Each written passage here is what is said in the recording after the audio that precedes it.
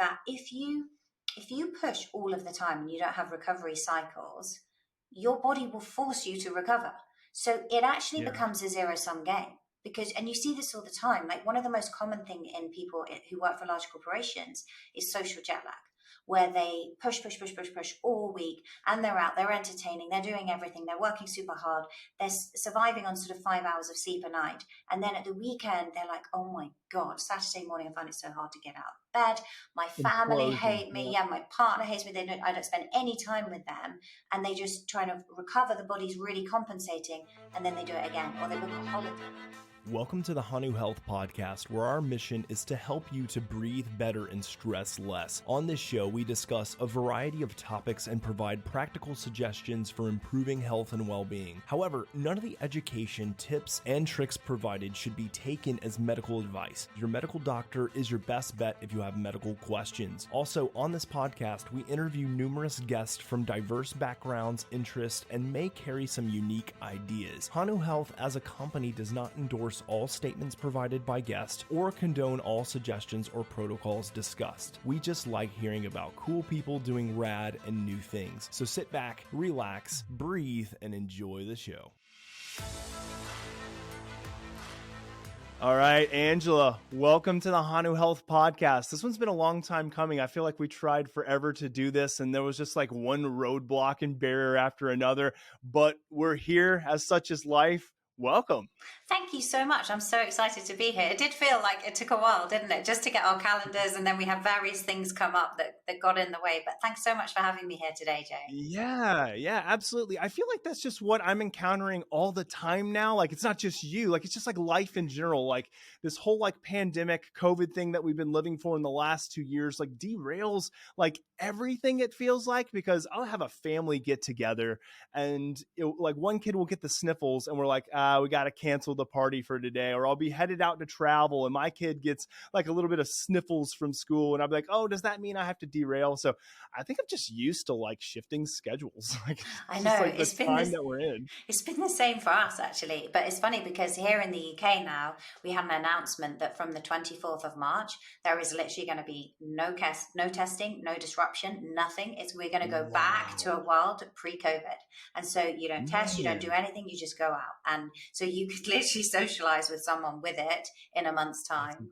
That's That's awesome. You know, it's crazy to me because it's like hard for me to like believe that, right? Because like for the last 2 years, that's been more or less a foreign concept. So to think about the idea of returning to quote unquote life as it used to be or normal, it's really exciting, but there's always like this cynical little like bug in my ear that's like, are you so sure that this is going to happen? So I hope that we here in the US like follow suit with what you guys are doing. I'm hoping that like everything goes well. And then in the US will be like, all right, we do the same thing. And where I live in the southern, east part of the United States, we're a lot more lax than say like West Coast and California and other areas. So maybe we've adopted a little bit of that, or we'll adopt more of that sooner rather than later. But hey, let's just get back to some sense of normalcy so that we don't feel like we're so socially isolated from people. If we can accomplish that, I'll be pretty excited.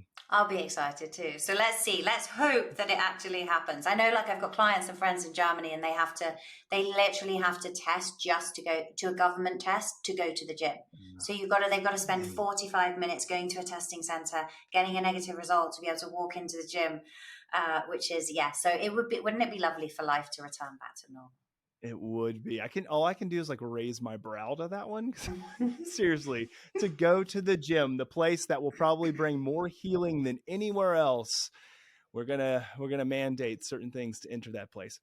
Whatever. Oh, we could derail ourselves on this one forever. So with that, I'm glad that you're here, and I'd love to have you introduce yourself. Like, I've been on your podcast before to talk about HRV, and I knew I wanted to have you on here because like when I think of like coaching and women's health and optimization and biohacking, I think Angela. So Angela, would you mind giving us a little bit of an overview of kind of who you are, your background, what got you interested in like this idea of health optimization and biohacking?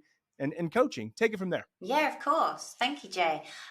It's such a lovely thing to hear because you've been so instrumental in my kind of journey, and looking at HRV has been such an important part for me.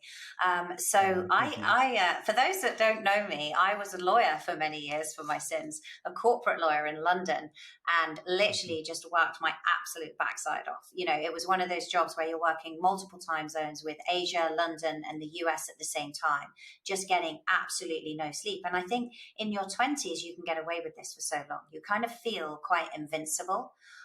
But then, as the case for many women, I then went on to have my children. And this is where things really started to hit home. And so I had this background of really, I just think I'd completely, disrupted my HPA axis. And when I then threw pregnancies into the mix, which I did, like 3 pregnancies in 4.5 years, 3 C-sections, 3 babies with reflux, it really took its toll on my health. And I went from being, I was never unfit, right? I was the lawyer that, would wake up early, cycle into work, do a workout, work long hours, do crazy stuff like working out 3 a.m. when I'm waiting for a document to be typed, which was probably insane. But I was into healthy eating and things, but I didn't really understand it. It wasn't my job. And so then when I had my kids, I suffered really badly with postpartum depression, and that hit me very, very hard. And it really took its toll on my mental health, which, as you know, has a massive impact on things like HRV and on your physical health, and became very physical. And so I then was on bipolar medication, really strong medication actually, and really, really struggling until finally my kids got sick. Like we were talking about before the show, they got the sniffles, they got a cough. And in me, I think I was just on such a low ebb that I got double pneumonia and I was hospitalized with it. Ooh, and that was pretty serious. So they were doing CT scans. Was that for you kind of like the main signal? Like you probably knew that you were burning the candle at both ends, but was it kind of really when the ailments, especially the double pneumonia, started to set in, that you started to take a look back and say, okay, I think I'm now noticing? Or was it happening kind of as a continuous process, or was it like that was the light switch for you? That was probably the trigger that changed my life, right? That was the point at which I did something. But I had been getting repeated bouts of things like, and I think we all have a bit of a weakness, right, if we're not looking after our health. Right. So I was getting bronchitis and pleurisy and different chest infections. And then I got the pneumonia. But I was so, like, at this point, I was so struggling with my mental health that I was contemplating suicide. I was just in this case where, in this situation where I was like, how can I turn the thoughts off in my head? And it felt like ending my life was one way to do this. But then I was in this situation where I was like, but I have 3 children, and how can I leave them? And I was it was like mental suffering and anguish. And I think that's why, I got sick and I was neutropenic. They were doing CT scans because they thought maybe I had lung cancer because my lymph glands were so enlarged. And so, but then I was admitted into hospital, and that was where I really it was like a switch, like you were saying. That was the event that made me think, right, I've got to do something about this. And when I left hospital and I got well, I felt so grateful for that. Initially, I was like, right, I'm going to really, really focus on my health. So I'd gone from focusing on my career, I made partnership at 8 months pregnant. I was very driven. Then thinking, right, I'm going to focus on my health. And I retrained. And initially it was just for me. And I was very fortunate. My husband was successful in the city. So I actually had the time and financial freedom to focus on my health and biohacking. But great. Then, which is amazing. And I feel very grateful. But then it was like, well, hang on a minute. I could see you can have high performance. You can have health optimization. But then it kind of came to me as like, well, how can you have both? Because you see this a lot, right? When people are doing events and triathlons, they often actually, or even bodybuilding, they're sacrificing their long-term health for the short-term gains. And so, and it was the same for me. It feels like it's dichotomy. It's one or the other. And I like this. There's just a level of balance that can be had. Yeah, definitely. And so that's what I was thinking is, well, how can I get both? And that was when I, that concept of what I call high performance health, and that's the name of my podcast, was born, because it was like, well, how can we have both high performance and health? And I realized that actually health optimization, if you really want long-term success, it's the foundation of longevity in business and in life, right? It'll help you live younger for longer, but it's also going to help you in business. And so that's when kind of biohacking and diving into the science, but also looking at the art and science of it, right? The complementary things, the vagal nerve tone, like you talk about, the HRV, all these things kind of came together, and then you can get to peak and sustained. That's the important thing, I think, is sustained mental and physical health optimization. Yeah, it's such a beautiful story, Angela, because I think that it probably resonates with a lot of people who are, especially these high driven, high performers who are burning the candle at both ends. And, when we're younger, we can kind of get away with it, right? But when our body goes through trauma, like it did for you when you had, the birth of your children, and it happens to many women. I even saw this with my wife as well. And then you have age and other things that catch up to you, and you're still going just like 110% in all areas of life. Then it finally can catch up to you, and you're like, I'm not, this spry 21-year-old anymore who like can balance, quote unquote. I mean, not really, but can do all these things. And then it just hits you, and you have to say, okay, now what can I do to really attain a high level of performance, but also attain a high level of health? And again, there's not a dichotomy here, right? It's not like we have to have one or the other, but it's like, how can we balance both of them? For you, did it start off with you studying things like nutrition, or was it exercise, or was it like all of the above? You just fully immersed yourself into everything? I would say that the nutrition and the exercise, well, the exercise had always been a lifeline. So in terms of like my mental health, I needed the exercise. And that obviously I had to rebuild it back on track after pneumonia, because there was some lung damage, like a limited amount. Fortunately, I was very lucky, but I had to build that up slowly. So the nutrition, I started looking at really carefully, like, what am I putting into my body? What does this, food is information, right? It's a chemical information. How can I enhance the health of my body and mind? And I saw a functional medicine doctor. I worked very closely with them. I then obviously was retraining myself, doing even cognitive health programs to really actually start to understand what were those imbalances. Like, one of the biggest questions for me was, as somebody who was so driven and so high energy, how did I end up with postpartum depression so badly? Like, after my third child, I was told, you're going to be on bipolar meds for life, and there's a real risk that you trip into things like mania. So I was kind of figuring out, like, how does this happen to me? Because, and I only ever took the meds to sort of do the internal work, and how can I come off them? And I think what I realized was you're in such a state of depletion post-pregnancy. And, it takes, I think, something like 2 years for your body to recover. So if you have 3 pregnancies in 4 years, you're going to be pretty depleted. And I wish there was more education for women around that, for them to understand things like DHA. When you deplete, your baby takes everything from you and will get all the vitamins and minerals it needs. But that depletion of your omega-3s, and in particular DHA, contributes to things like postpartum depression. It's not just the hormonal imbalances. And so understanding how to really nourish my body, that was where it began.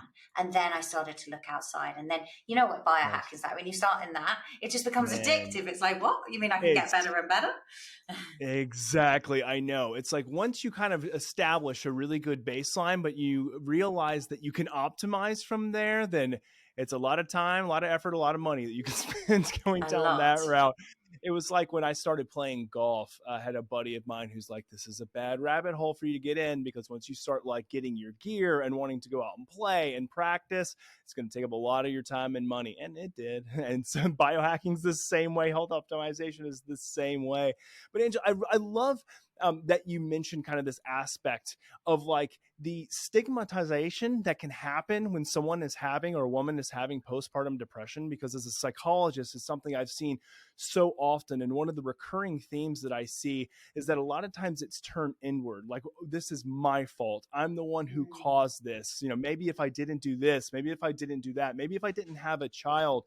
And it's really interesting because a lot of people feel like they're in this alone when they're engaged or they're experiencing, I should say, postpartum depression, when in fact, like, the data is very clear that this happens way more often than most women even realize. And for a lot of women, it is that they go to, okay, so turned inward, like, this is kind of because of me. Also, they start to look at like the hormonal imbalances, but I love to also hear and that you stated this idea that they can also turn to things like nutrition and supplementation, mineral imbalances, vitamin imbalances. These are things that also matter. And the cognitive piece is huge, right? I mean, if we continue to allow ourselves to spiral down this negative thought cascade, like it puts us into a pit of despair. What were the main things that helped you get out of that?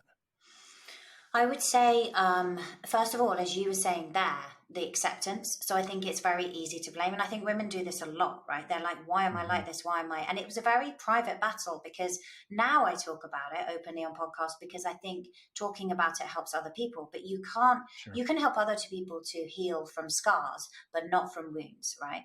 And when it is wounds, you don't want to mention it to anyone. I found it difficult. You know, I remember sitting with a psychologist and them saying to me, you're doing too much. And I remember just thinking, hang on a minute, right? This is getting my 4-year-old to school is an achievement. I used to run multinational deals. How can you tell me I'm doing too much? Like, this is what my life has come to, you know, for me. And I think it's very common, that postpartum depression, actually, in women who've had very successful careers, because there's almost this disparity. And I think what I had to learn to do first was to grant myself grace. Actually, to say, you know, yes, this is hard, but at least I'm doing it and I'm achieving it and I'm trying.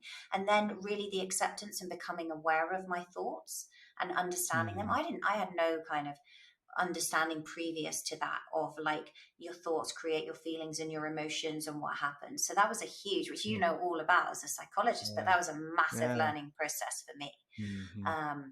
And so I had to sort of do a lot of internal work, really, to come through it. So it was the mental aspect alongside the physical aspect and the nutrition. All of that, you know, really coming together. Yeah, no, that is phenomenal. And it's a great just representation and story about how even people at their lowest, someone like you that is at a really low point, even admitted to kind of having these ideas of suicidal ideation and thinking about kind of these ideas of non-existence and then coming back from it. I mean, it's an incredible story. So I appreciate your candidacy, your candid nature of sharing this with us, because I know that it's not easy to kind of like admit some of these things. And I know for you, it's a part of your healing process. You've mentioned that before, but still, it's a personal thing. But I know that it will resonate with plenty of individuals who listen to this and are either going through or have gone through or may eventually come to the point where they experience postpartum depression. So I really appreciate you sharing that. I'm curious. So you take back your health and your well-being. You know, you were this really successful attorney, probably, you know, making plenty of money, doing really well for yourself. And are you an attorney now? I am not practicing now, no. Yeah. And I knew that you weren't. So what was it that then said for you, I want to now, instead of going back and returning to kind of that position and that job, which you were highly successful in, now I want to be, you know, this person who is in the health and wellness and health optimization field, working as this health optimization coach. How were you driven down that path? So initially, as I say, it was for my own journey. So I was learning everything, and it was quite selfish. Like, how can I get myself back on track? And then, and really doing it for my children. I wanted to be there for them. That was my goal. And then it got wider, and I was like, actually, you know, I'm gaining all these qualifications. I'm learning how to, I could do this with other people. I could help other people. And I started to do that. And when I saw the transformational results in them, and I realized that people don't really understand, right? So many women go through their 20s and their 30s and then kind of figure out, oh my God, I've hit 40, everything's changing. That's often the crux point, actually. For many women, it's when they hit perimenopause that they suddenly go, what the hell is going on with my health, you know? But there's always a point. And I realized that actually I could start to create transformations in other people and help them to achieve longevity. It was very much, I'd had this foray actually into my health as well in my 20s, where I was diagnosed with PCOS while still practicing as a lawyer and endometriosis. And we had a very strong family history of type 2 diabetes. And I was prescribed metformin for insulin resistance. And obviously a lot of people take it for longevity. I couldn't take it. I literally could not eat on that drug. And so I started, while still practicing, reading books and things and learning that there was a link between blood sugar variation and insulin sensitivity and luteinizing hormone and the way that that impacted PCOS. And so I changed my nutrition and had some powerful results there. And so that was also playing on my mind and coming back to me. And I was thinking, there's so many people out there, right, that are struggling with their health. They don't know what to do. And they're just waiting. Doctors, I think the most frustrating thing for many people is they go to the doctor and the doctor says, I'll run some bloods. Certainly in the UK, this is how it works. And you don't see what those are. And then they just say, that's fine, they're all within range. And you've got absolutely no idea. And you might be at the very, very bottom. And remember, they're looking at disease markers, not optimal health markers like you and I do. Exactly. And so then they're like, but I don't feel great. And they're just dismissed. And it's almost like the doctor is saying, you're not ready for me yet. But why are we going to wait to that point that they are now ready for you when prevention is so much better? And so it just, it sparked a mission in me to really help people. And my whole thing is, how can I teach you to become the CEO of your health? How can I help you take charge of your health? And if I can do that, it's so empowering. Yeah, I like that. Yeah. And the nature or the state of receiving medical care that is covered typically by insurance here in the US is that it runs on this system of, yes, providing blood work to look at disease markers. And then if you, let's say, are flagged on one of these disease markers, then what's the next step? Typically not behavioral intervention, right? It's pharmacology. It's some form of medication. So a lot of people, if the medication doesn't work for them, say for instance for you, and I won't say necessarily won't work, but you can't take it, like for you with metformin, then a lot of it is going back to the physician and saying, okay, well, what's the next medication for me? Instead of asking a completely different question, which is, can sometimes medications help? For sure. But can sometimes also too, we engage in more behavioral change and behavioral intervention for change? Absolutely. And I think that that's just a really pitfall or downfall to our healthcare system right now, is that's kind of built on this foundation of testing for disease markers only, not for health optimization, and then only kind of prescribing more or less a pharmacological means for help. And so I'm glad that you're doing work like you're doing to say, I'm going to take a little bit of a different approach to this. I'm going to take a more holistic, integrative approach. And I love how you kind of conceptualize this idea of us being the CEO of our health. I actually think that's really cool. So I know, Angela, you do a lot of work within the corporate wellness sector, and then you also work with a lot of high performers. Like when you're working with somebody, I'm sure people come in with a vast array of either issues or concerns or things that they're looking to optimize or work on. For you, what are the key areas that you're looking at? I mean, where do you kind of start as the basis or foundation for health? Like, do you start more on the physiological side of things by running tests or having them kind of examine their nutritional quality? Do you look at more of the exercise behavioral components, or do you look at like the psychological components? Where's your foundation? Or maybe it's all of the above. It kind of depends. So it depends on why people are coming to me. So if I'm working with them on a one-to-one basis, for example, with like successful entrepreneurs or leaders in companies, then I'm looking at, they're always looking to get to the next level, right? They often actually are pretty dialed in. Sometimes they'll have a health problem, but it's rare that I would get a client in that situation that say needs to lose, I don't know, like 50 pounds in weight or something, because they've actually been pretty well optimized, but now they just want to get to the next level and the next level, because they want that peak, like levels of concentration, but they're not always able to deliver the same consistency that they've been wanting. And sometimes they're pushing too hard, which you commonly see, right, with HRV, is they're actually going to the other extreme. And I'm just saying, no, we just need to dial things back, because you're missing out on things like creativity. You know, if you're really, your HRV is tanking and you're not getting enough sleep and you're pushing yourself too far, you actually don't perform as better, because the first thing that I see that goes in that situation is you can methodically perform a task, but you've lost your creativity. And people in those positions, that's really what they're paid for, right? Is that element of their work and their expertise. So I look at them more as a whole. We will often run some tests and some panels. In terms of their diet, their nutrition, I will normally incorporate their genetics as part of that. I find it's really foundational, because it kind of tells me where to go and hunt a little bit further, right? So if they've got some health problems that are showing up and we can see, that they're not at the body composition they want, actually finding that maybe there's somebody who has been doing something more of a ketogenic and low carb style diet, and then we find out they're highly sensitive to fats, and this is why they can't release that extra bit of weight or have that performance that they were looking for. So I do things like DNA testing, or I look at more functional labs, so organic acid testing, gut testing. Hormone testing is a really common one, particularly with the women that I work with, because you can see so much. So, even looking at, like with stress, when we're looking at that, I can see, what stage of depletion are they in? Like, is their body meeting the physical demands at the moment? So we might see that cortisol's high, but is DHEA, another hormone, which is pro-anabolic hormone, is that keeping up with demand? Because if it's matching their cortisol, then we know they're keeping up. It doesn't mean they'll stay keeping up forever. But actually, if DHEA is tanking and maybe they're producing tons of cortisol, but the body is somehow limiting what's freely available in their saliva, we know they need support. So I do like to use lab work because it allows me to be very targeted with them in terms of what they need. That's obviously not suitable in a corporate setting, right? You can't do that with that many people. That's more on a one-to-one. Unless they just have a ton of money and they're really bought in. Yeah, exactly. And they're just going to do all those labs for everyone. Right. But there are principles that, everyone can apply. And so I have this approach that I call shift, and I break it down for them where, the S is for sleep. So looking at sleep and how, because I feel like that's the foundation of everything and it makes everything so much easier. And then the H is for hormones. And so I explain to them the different hormones, not just stress hormones, sex hormones, but hunger hormones and how that plays together.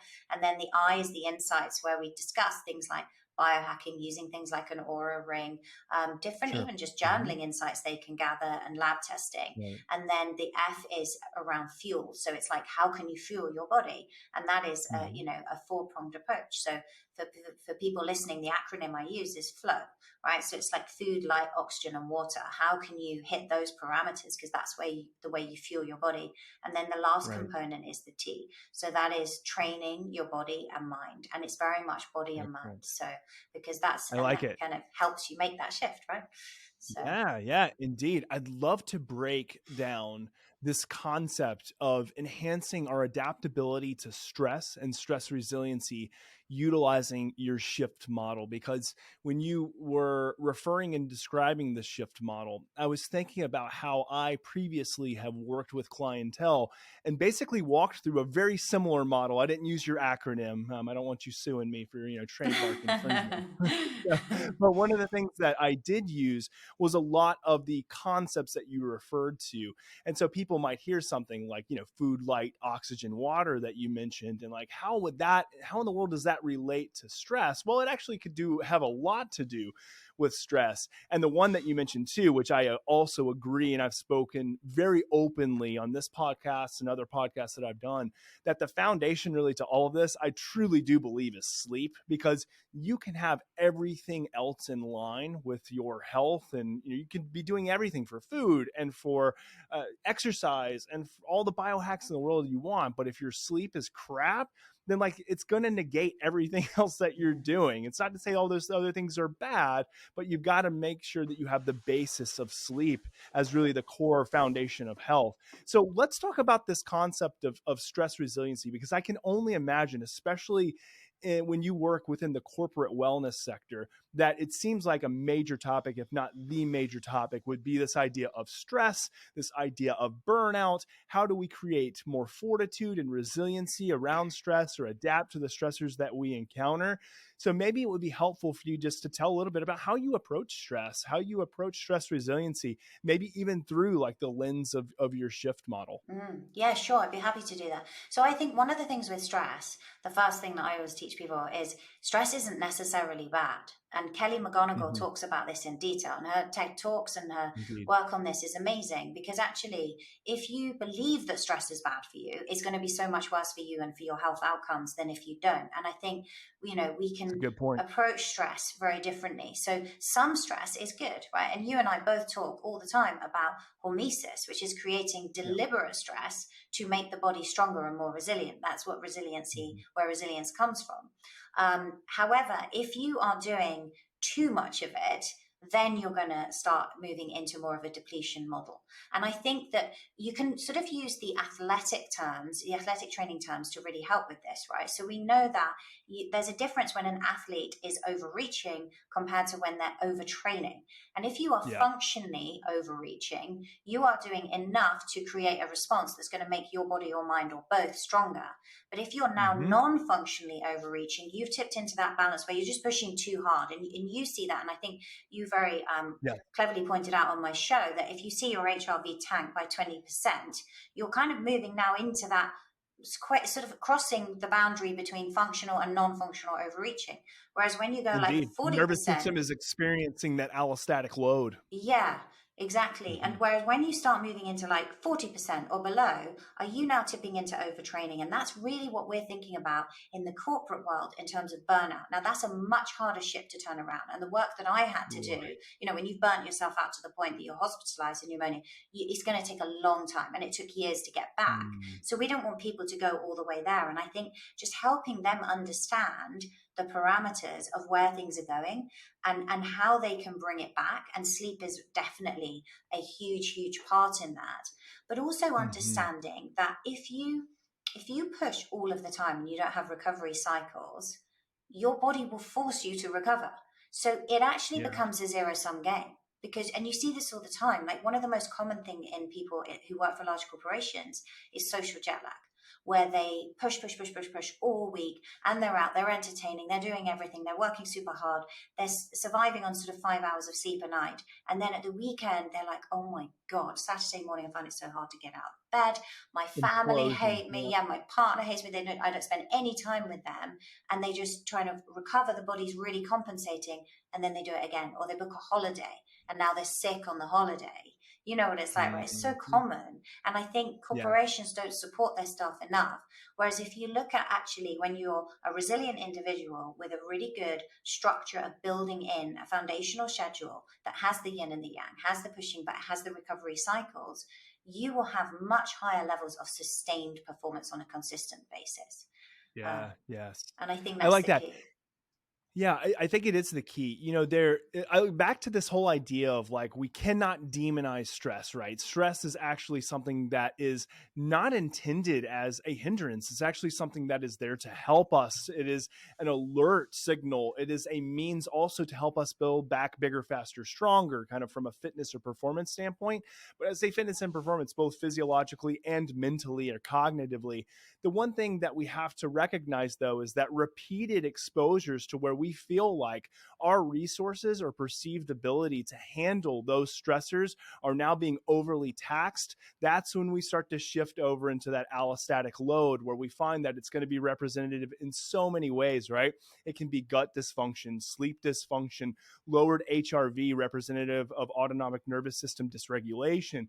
It can be all of the above. Even sports performance is hindered. Like, all of these things can happen. And I think that we have to utilize these as levels of self-awareness, like these alert signals that are saying something's going on. Because I don't know if you're like this, Angela, but I know for me in the past, I've been such a driven individual that I can talk myself out of any type of discomfort. Like for me, I'm like, I can muscle through this. I'm fine. Like nothing's going to like put me down. And the next thing I know, on the weekend, I'm like imploding. And my family's like, what are you doing? You don't want to do anything? You're like sleeping way in. Like you seem like you have no energy. But then Monday comes on and the mask comes back on and I'm like, muscle through. And if I just took some time to look at some data or really check in subjectively, maybe I would have caught it. Maybe I could see that my sleep architecture is like absolute crap, or even my food decision making is absolute crap. So I think it's a matter of us really taking the time to take off the blinders a little bit and assess both subjectively and objectively from some data points, like where are we at right now? Are we trying to fool ourselves into thinking we're better? Or are we like, do we need to come to terms that like we are suffering and hindering performance because we're trying to just muscle through? I can only imagine that's what a lot of high performers, because that's how it's been for me. Is that what a lot of high performers, how they present? It's just like muscle through until like I basically don't have anything left or end up in the hospital. Yeah, a lot of them do. And I think that they feel bad because they feel like their relationships are not, as you say, they're not where they would want them to be at the weekend because they feel so depleted. But it's about when they start to build in the consistency and understand that, like, okay, fine, and nothing that meaningful, particularly if you're an early morning type, right? And I do believe that aligning with your circadian rhythm is really powerful. For women, even aligning on top of that with your infradian rhythm, your 28-day cycle, I think is even more powerful. But I think if you're an early morning person and you're trying to work like I was as a lawyer till 2, 3 a.m., this is really, really difficult. Of course, you're going to be in a state of depletion because your body clock's all over the place. And we even used to write into contracts that if there were grammatical errors, they could be, or typographical errors, they could be corrected, because everybody was so tired, which is crazy. Right. But I think a lot of people do push beyond. Whereas when you start to build consistency and you think, okay, no, I'm going to be disciplined and I'm going to stop, and then I'm going to get up again early and meet those demands again, you're refreshed and you're quicker, and your productivity rate is so much faster. And the scientific research backs that up, doesn't it? When you look at the research around sleep. And I think a lot of people aren't realizing that you can only sacrifice sleep for so long without affecting your long-term health, and things like, tau proteins and amyloid plaque building up, in the brain, that they're not aware of, and later may become symptomatic because they weren't optimizing sleep and they went below 6.5 hours. I think there's a real risk to your health if you consistently go below that, from the literature that I've seen. For sure. So Angela, somebody comes to you that you're working with one-on-one, and they report a super high stress load. They're a hard charger, high performer, but they know that stress is a major component that is holding back their level of performance. Let's start with this concept of sleep. When you are assessing sleep, are you looking at things like sleep architecture in their Oura ring, or do you start somewhere else? Like, how do you assess the impact that stress is having on sleep? And then what are some practical tools that you might implement for somebody to help improve either stress resiliency, so that it helps with sleep, or improve sleep so that it helps with stress resiliency, kind of like that bi-directional two-way road? Yeah, that's a great question. One of the things I really like to look at actually is their Aura data. And so if they don't have it already, I find that somehow looking at Aura, for me, I guess I've looked at it more, I find easier to dive into the data and understand it better than something like the Whoop. I can work with it, but I just find from sleep architecture and recovery point of view, and the reason I like it so much is you can gain really valuable insights. So for example, if I see that their HRV is tanked at the early part of the night and it's gone below the line that Aura's saying, and then it's rebounding back up, I know that actually they are just overstretching during that day, but by 2-3 a.m. they are beginning to recover, and we might still see semi-decent levels of deep sleep and REM sleep. What I commonly see in people that are highly stressed is that their cortisol's high, and so they're overshooting. Like, they go into deep sleep and they might fall asleep, but as they're coming up, they don't come out and have some REM sleep and then go back down like they should do. And then obviously in the second part of the night, there should be more REM sleep. What happens is they almost like overshoot and come out, and then they wake up. And then they're going to struggle to go back to sleep. And sometimes those are micro wake ups that they're not really aware of. And sometimes they're more profound and they feel like they were awake all night. And so it helps me to understand, because then we can look at it and go, right, where is this stress coming from? Is it poor blood sugar control? Is it that you've got food intolerances? Is it that you could even have some parasites, right, that are keeping you up? But what's going on in your day that's framing the night in that way? Are you really bad, like in terms of you sit and watch Netflix or drink copious amounts of wine to unwind in the evening, and they've got loads of blue light coming at you, and that's affecting your sleep architecture? Or is it that you're eating something that's causing that irritation? So it's really helpful. And as you gather that data, and you can look at like 3-4 weeks, and I can see their breathing rate. That's the other thing I like to look at, because if their breathing rate's high, you know that this person's really under stress, unless they're getting sick. And often I'll see people, their breathing rate is 16.5, 17.5. So it's like, okay, how can we physically get you to get that down to closer to sort of 12, right? Or even that might seem too much at first. But then I say to them, let's begin to do some breath work during the day, so you become conscious of it. And I know, 4-7-8 breathing, where you breathe in for 4, hold for 7, out for 8. If you think you're only going to get 4 breaths a minute, that's really hard for someone who's highly stressed to do, because they'll hold their breath and they're like, and they just want to take another deep breath in. So even doing like the 2x breath, first of all, where they're in for 2, out for 2, and they slowly elongate that in for 3, out for 3, in for 4, out for 4 over a series of breaths, they're starting to slow it down. And then they drop their shoulders and they start to realize, because half the time when someone's so stressed, they haven't really connected with what it feels like to feel relaxed. They've lost touch with that. So you've almost got to show them what it feels like, so they can begin to connect with that energy. And also they have to realize it takes minutes, because these people don't have time to spend a long time doing things. Like they can't necessarily go and do a full-on Wim Hof session where they're lying on the floor and getting high on their own supply. It needs to be physically in the moment. This is what I'm going to do. And then they see it, track on the data. And really, like I found 4-7-8 breathing, when you can get there, moves your HRV quite significantly. Even things like reading fiction at night changes. Some people, and I was really guilty of this, because I love what I do so much, always reading health and performance related stuff in bed. And then I switch to fiction and my HRV comes up, so it's little hacks and changes. It's so funny that you mentioned that, because there are two things that I used to be really bad at. One would be, yes, reading like health, wellness, and fitness, either articles, this could be journal articles, or just like text of, people that are putting out books right before bed or in bed.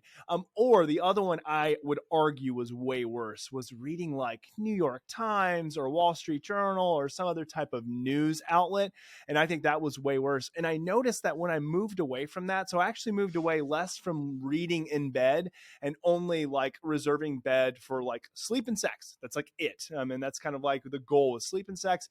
And the only thing that I can do otherwise is like breath work. So I will do some of that without even any prompts, unless I'm doing like maybe a pacer.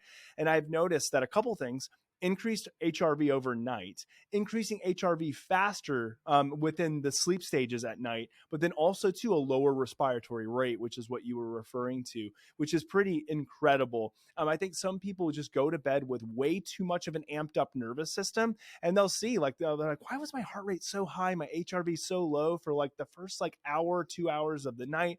And then it finally lowered. That's a natural phase that we're going to see people, but you don't see typically like this stark, like crazy drop in heart rate. Like you want your heart rate to be pretty low prior to going to bed. And one of the things that I love doing is, number one, not exercising too close to bed, because that used to kill me. I used to exercise way too late. But the other thing is like just engaging in some simple breath work where we pace our breathing, do some breath holds, which can be highly important to help increase CO2 tolerance and reduce overall blockage of the parasympathetic nervous system or vagal output. It's just super helpful. So I'm glad to hear that that's like a really good tool or tactic that you use. Do the people that you work with, do they buy into that stuff, or do you have to do some like slight nudging or convincing? Just because it sounds kind of easy, and maybe for some people it sounds a little bit woo-woo. I mean, it's become a lot more commonplace now, but is that something that takes a little bit of buy-in, like engaging in breath work? It can do, until they see, like, as long as you get the buy-in for them to buy devices to track, as soon as they see data, then there's no arguing it, right? So it's like, okay, fine. Yeah, I can see, okay, my breathing rate 16 and a half. They didn't even know what that meant before. So now it's like, well, what should it be? Oh, well, and then because these individuals are competitive. So it's like they're competitive with themselves. Right. So it's like, hang on a minute, are you saying my breathing's no good? So then, of course, they'll be like, well, how can I improve that? And if there's a physical exercise that's small, that's going to move the needle on that, then they will. But they are results oriented. I think that's the thing. And I think, the other thing I find is not eating before bed. It's almost better, I've found, to go to bed a tiny bit hungry than and your breathing rate and everything goes down. But with women, I've noticed as well, your infradian rhythm plays such a big part in this, right? So your resting pulse is lower at the beginning of the month, every single time. It's going to be, your resting pulse goes up in that luteal phase. You see the temperature increase in the middle of the month around ovulation. But also I just noticed, like, you're more like, I don't know, so I guess men, maybe they have it a little bit easier, right? You're more like a man, bizarrely, when you're in that very beginning stage of the month, when they're on their period. And I think a lot of times they have more energy then and leading up to ovulation, whereas at the end of the month, when you really need to be careful and you want to optimize progesterone production, actually encouraging them to dial things back a little bit and not do the high intensity interval training at this point, and keep fueling that stress fire, because it's actually counterproductive. And the research shows that you're quite a bit more catabolic at that time. And so I just and Aura improving things like that all the time now in terms of the metrics. They haven't quite got it right. Aura is putting out It's Yeah, good. Aura's putting out some new algorithms in their latest generation. Like I have the newest generation ring on right now, that's supposed to help with period tracking. And I wonder, I don't know what they're going to do with that, but I wonder if they're going to provide some of those insights to individuals to at least help better inform women during the different phases of their cycle or their period, what they kind of should or shouldn't be focusing on. I don't know. Maybe they're just going to inform like, hey, heads up, like it's coming, which I don't know, right? Why you need a ring for that. I mean, a lot of times we can just do tracking via what's called a calendar. But I don't know, maybe they're going to use certain metrics like BioStrap, I believe, had started doing something like that as well. Do you have any idea what they're really measuring or they're looking at? Are they looking at heart rate phase changes? Are they looking at changes in HRV, changes in sleep architecture that's helping to better inform women during those times?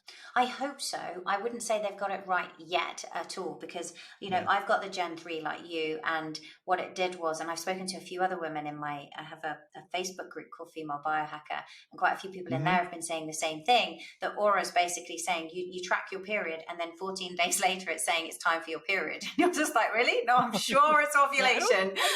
If my biology lesson served me well. Yeah. So Right. I think they probably do have plans, but it sounds like they need to gather some more data from the users first to really be able to optimize that. But maybe, hopefully, exciting things will come. I think they partnered with Wild AI. I interviewed the founder. I don't know if you've come across that app.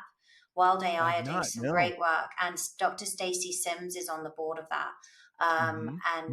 It's a really interesting company actually that are looking at optimizing training around menstrual cycle and having an open data source with companies like Aura. So that's quite Oh, interesting. interesting. Yeah, Helene That's cool. Might need to make a Guillaume. connection there for old Hanu. We'll have to see. Yeah, Helene That's Guillaume, cool. who is the founder of it. I can connect you guys. Yeah, I like that. Interesting. I'll have to take you up on that offer. That's cool. Yeah. All right. So I know that we could dive into this world of sleep for hours among hours among hours, but I think kind of a good takeaway here is number one, being more self aware by utilizing objective data. And we've kind of identified there are plenty of great wearables out there. I'm with you, obviously, as you know, like I'm a self quantified individual who tests everything. I mean, I have 3 sensors on me right now. Like I'm going to have this EMF explosion. I'll probably die in an hour. I've got my Garmin. I've got my Whoop, I've got my Aura, and I'm testing everything. Like obviously, like I'm, a little bit of the fox guarding the hen house here with me owning a health tech company. But I just like testing. I like collecting data, and I'm with you. I have just found that for me personally, like Aura is my go-to for looking at sleep architecture, and it's just one that I trust. And I know a lot of the people who work there and a lot of the data scientists, and so I just know they do really good work. So I think a good takeaway point here is number one, like measuring is really important, but also knowing that there is this dynamic nature or relationship that occurs between stress and sleep, and then sleep and stress. Is there anything other kind of like low hanging fruit where you're like, when it comes to like the interconnection between specifically sleep and stress, people should focus on and really like make sure that they attend to? Anything else stand out where you're like, this is another thing that I make sure is a part of like the protocol for the connection between those two things? In terms of optimizing sleep, or then using sleep to optimize your day, both ways around, right? Yeah. So I would say Right.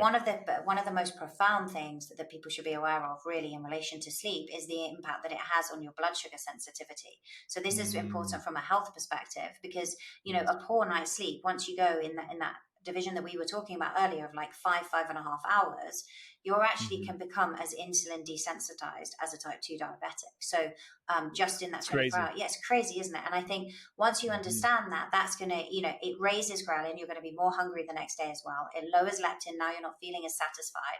So the next day, you're never going to perform as well because not only are you really, really foggy, but you're having a really hard time of managing your blood sugar, which means that you're probably going to go and search out sweet foods. You're going to be looking for caffeine a lot of the time, which can then have a knock-on effect on that next night's sleep as well. And so it really, really dramatically affects your performance. And I think if people can understand that, you're also going to feel a lot more stressed. And the interplay between REM sleep and emotional stability and resilience is so profound. And I think when people understand that as well, because sometimes you'll short sleep and you'll compensate and you'll basically get, maybe you'll hit your deep sleep, right? Because the body's got to repair itself, but you're missing out on REM sleep and you'll never be as well able to cope with situations and challenges that are thrown at you during the day and have that emotional stability if you haven't prioritized it. So I think when people understand that each part of sleep is so, so important, apart from the physical aspects of your health, but in how you then show up the next day, you start to get their buy-in that actually, oh my God, yeah, when I feel really, really stressed, and then they see it on their data and they're like, oh my God, my REM sleep was really off, and that meant my HRV was off, and my emotional intelligence just went down, and resilience.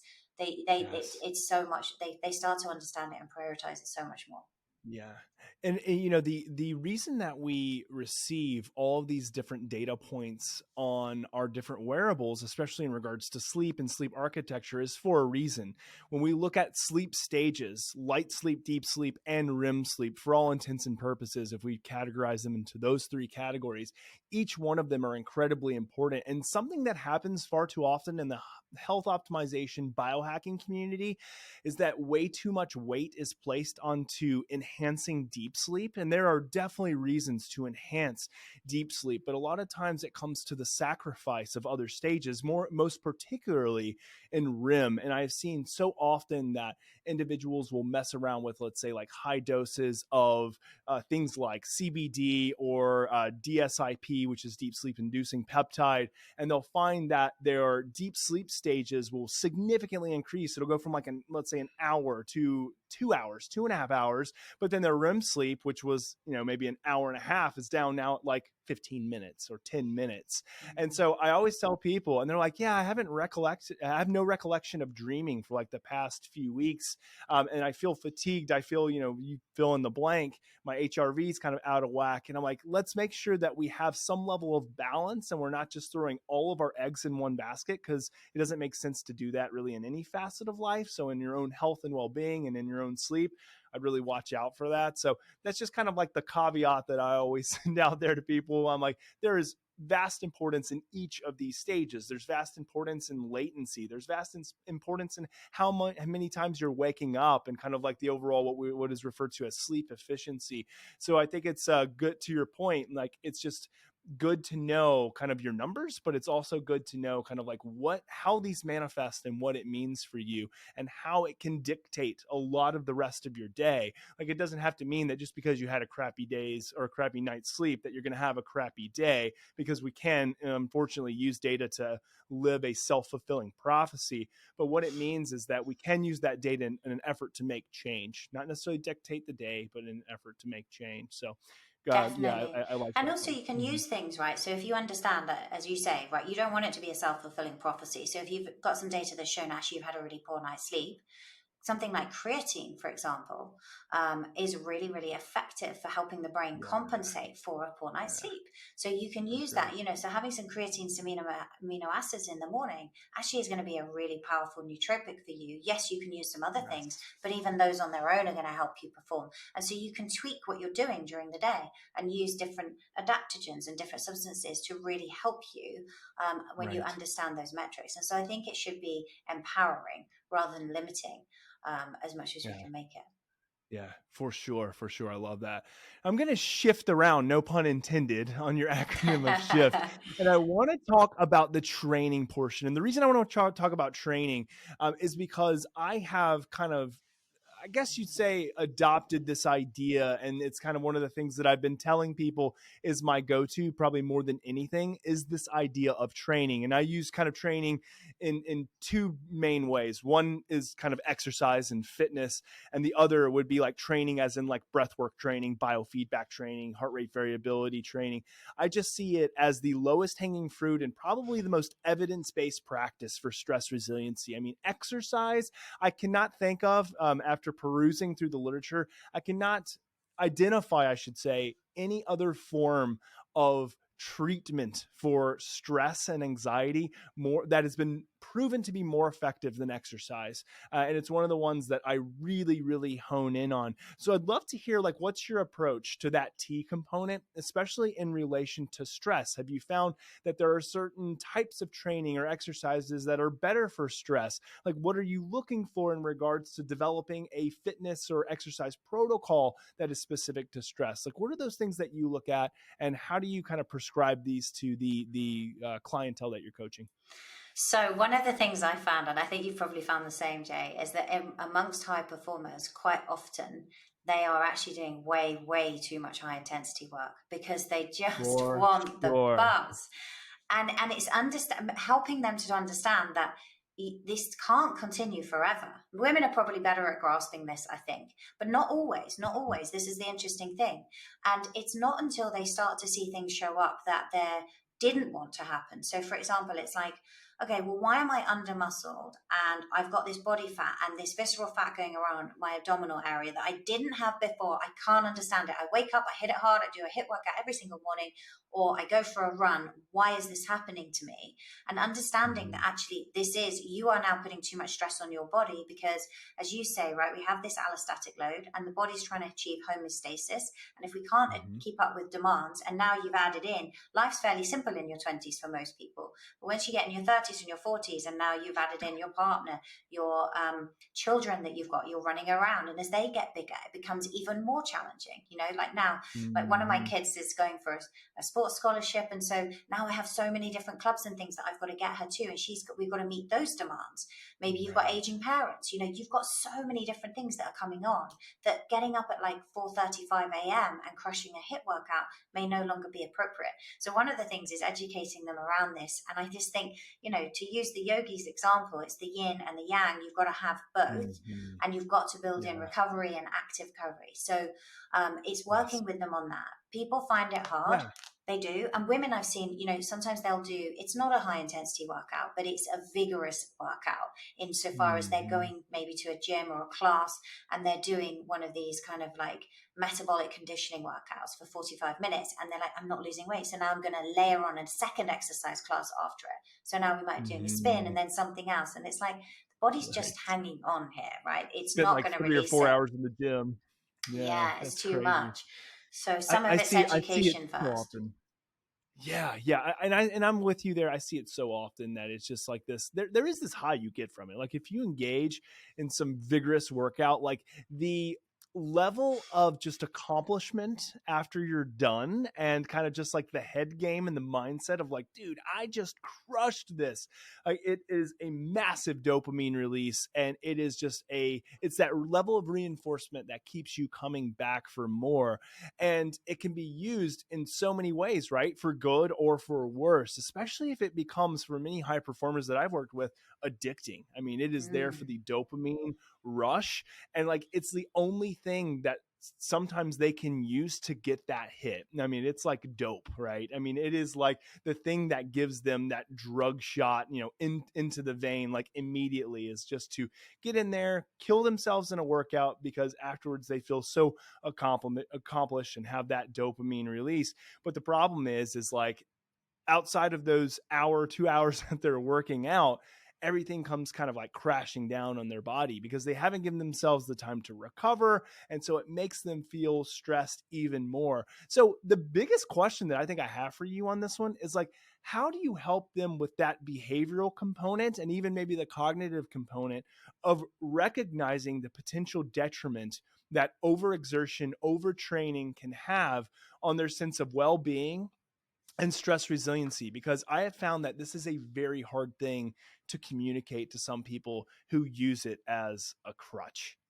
It's really hard. It's really hard. I completely agree with you. I couldn't agree with you more. What I would say is, although they're working really, really super hard, sometimes, and they don't like to hear this even more, it's like, you're not working hard enough. So I'll ask them, can you give me your heart rate during the workout?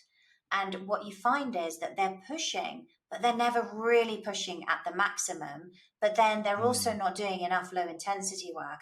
And it's about helping them understand, particularly for women, as they go through their like 40s and 50s and estrogen's dropping, right? We've actually got to create a specific stimulus. We need lots of recovery, but we don't have estrogen now there. A lot of people don't realize that estrogen is a significant component, for example, in building muscle and maintaining muscle mass. So now we've got to provide that stimulus. And so what I try to educate them on is we've got to create some polarization in your training, because too many people are in this kind of classic high zone 3, low zone 4 that they're working all the time. It's amazing for dopamine, all those endorphins, as you're saying. But then look at the results. Is it driving the body composition that you really, really want? For all that effort, do you see it? Most runners, for example, do not have the physique that people are hankering after. And I think when you start to break it down for them and get them to understand how it works, you can begin to get their buy-in. And then when they do something really hard, they recognize, actually, yeah, I really worked hard. Now I really understand that. And they start to see their metrics change, because you must see this as well, right? People where they're coming to you and their HRV isn't moving at all. So when they start to see the results and it moving, and they feel better and they feel more energized, and then the weight comes off and their body composition changes and they can see their abs again, they're like, now I get it. But you're right. It's the hardest thing initially to get the buy-in. Yeah. Everybody has a plan until they get punched in the face. I mean, that's, Mike Tyson's famous quote, right? You get punched in the mouth and then your plans just go out the window. It's this idea that like the behavioral change aspect is always the hardest thing, because we can go to the drawing board and develop this beautiful looking plan that we think we are going to be able to execute without any problem. But then when we get down to it, it's really hard. And that could mean things being taken out of our schedule that we think are either helping us or are good for us, but maybe aren't, or implementing new things. Just change in general is really freaking difficult. But I love how you mentioned when people start seeing the results, when their objective data change, and then when their subjective experience change, I'm feeling better. I don't feel as stressed. I don't feel as depressed. I feel like my energy levels have now been increased.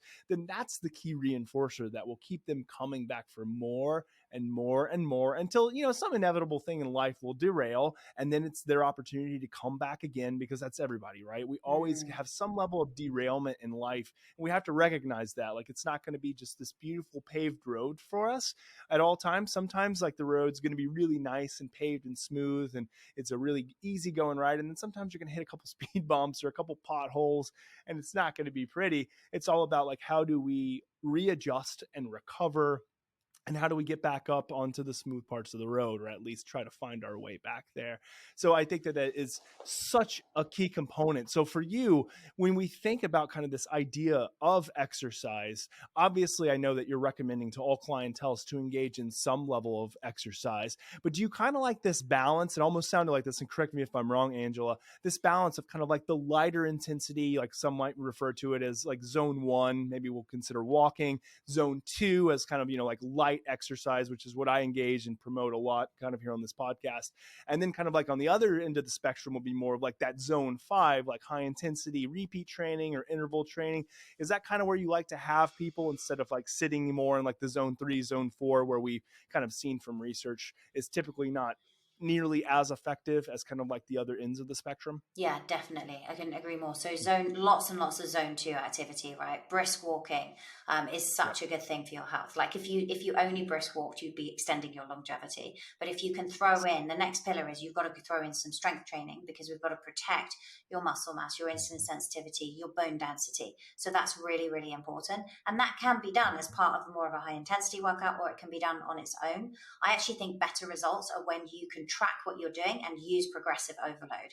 I think that when you're throwing in a different workout every single time and you're not really able to see that progression, your body composition results will not be as good, but it depends on what you're really trying to achieve as the outcome. And I think when people are doing these things, what I've found, just tracking back a little bit when you were talking about how do you get buy-in, how do you get behavior change, I always think that when you set a goal, you've got to set the identity. So you'll never achieve a goal through brute force, right? Force negates to a degree. And your subconscious mind will show up and actually kind of sabotage your efforts if you haven't created the identity around what you want. And so for these high performers, what I'll work with them on is not just their identity in fitness, but their identity at work. Like, who do they want to be? How do they want to be their most high performing self? Who do they want to be in their relationship as a husband or a wife or a boyfriend, a girlfriend, whatever it is? How are they going to show up as that? And then looking at their relationship as a father or a mother, how will they show up? And then working with them on those identities and really understanding who they want to be and creating them, because actually the same person that is leading a company as a high performing, hard charging CEO, that isn't going to be how they want to show up with their 3-year-old when they walk into the house, because that requires someone different. And when they start to create the identity and formulate behavior change around those identities and connect with the results and the benefits, then the magic, I find, really starts to happen. Yeah, it's beautiful. I love that. And one thing to highlight too is that when you talk about this kind of switching in and out of identities and identifying identities, it's not a facade, right? It's not like we're pretending to be someone here or there. It's just that at some points in time, we have to wear different hats and we play different roles. And like that is adaptable. That's just a part of human nature and what we need to use to adapt. But sometimes those waters get a little bit blurred, a little bit muddy, and we kind of allow things to seep over into other areas of life that we don't want them to seep into, like CEO and, co-founder, I'll say for me, CSO of a health tech company. And then I walk in and, my 4-year-old runs up to me and I still have that hat on.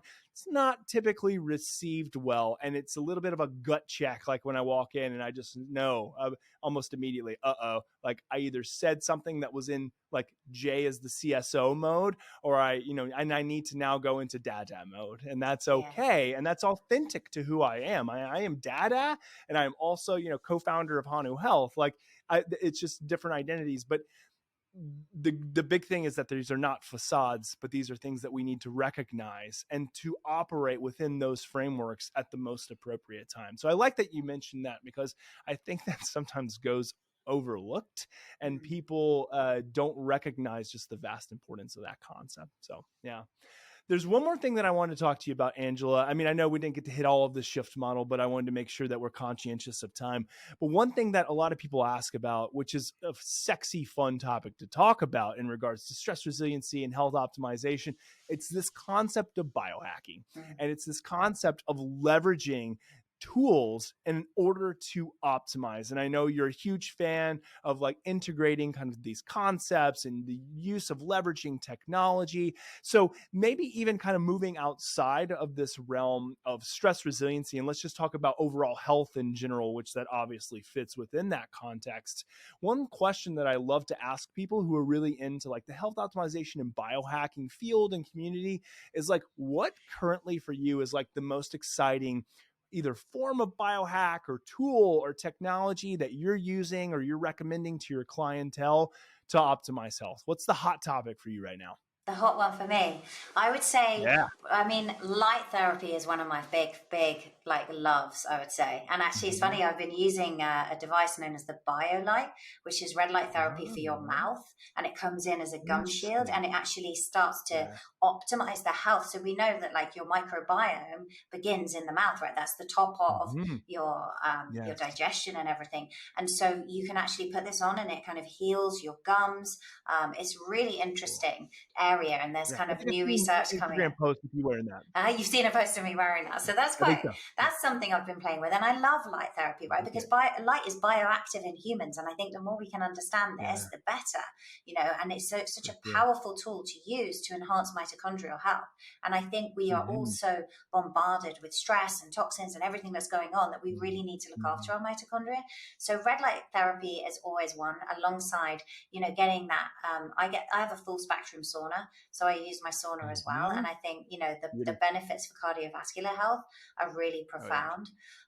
Do you use your sauna directly after fitness or exercise, or do you schedule like a separate time for your sauna? So this is funny, isn't it? This is me being a girl because I have long hair. So the best time for me for sauna is in the morning because it's just not practical. Like if I was, I always look at Ben Greenfield when he talks about how he does this and then he'll do this in the afternoon, and then I just dived in the sauna and then I jumped in my ice bath, and then you just go like this with your hair and it's all done. And it's like, that's because you have short hair, you don't wear makeup, and this is easy for you. It's so true. It's so true, because it's funny because my wife has said the exact same thing. For me, it's like I do my gym workout and then immediately it's my sauna session for 20 minutes. I have a Swedish sauna that I go to, and then it's a cold shower right afterwards, which, could kind of match up, I guess, for some women if you're like, okay, well, I can hit all three. But for sometimes it just doesn't. Like, you got long hair, you got makeup, you got all these other things. Like, that's a lot of time. Like, that has to be built into the schedule. So I totally get it. Us guys, like, we do have it pretty easy on that end. It's just kind of like, shake it off. We're good. But anyway, so Angela, like, how do people find you if they want to receive some more awesome information or even potentially work with you? What do they need to do? So I'm most active on Instagram in terms of platforms, and that is Angela S. Foster. I also have, for women that are listening, a Facebook group for if you're into biohacking and health optimization, and that's Female Biohacker. You can find my podcast, which is High Performance Health. And then if you want to kind of get in touch with me, my website is angelafosterperformance.com. And then the last thing is, if you just want to get a free health check and see where you are in terms of things like everything I talk about in that shift model, then you can get a free personalized report from me as well. And you just want to go to yourtotalhealthcheck.com, and it's like less than 2 minutes to fill it out, and we'll send you a free personalized report on That's awesome. Yourtotalhealthcheck.com, was that right? We will put right, that in the show notes. I mean, that's an amazing offer from you, Angela. So people, like, take advantage of that. That's really cool. That's awesome. Well, again, it has been amazing having you on. Always excited to talk with you and just hear about kind of what you're doing in the health world and the optimization world and how you're helping so many people. So again, Angela, thanks so much for coming on today. Thanks so much for having me, Jay. I've really enjoyed it. Indeed. All right, everybody, take care. We'll see you next week.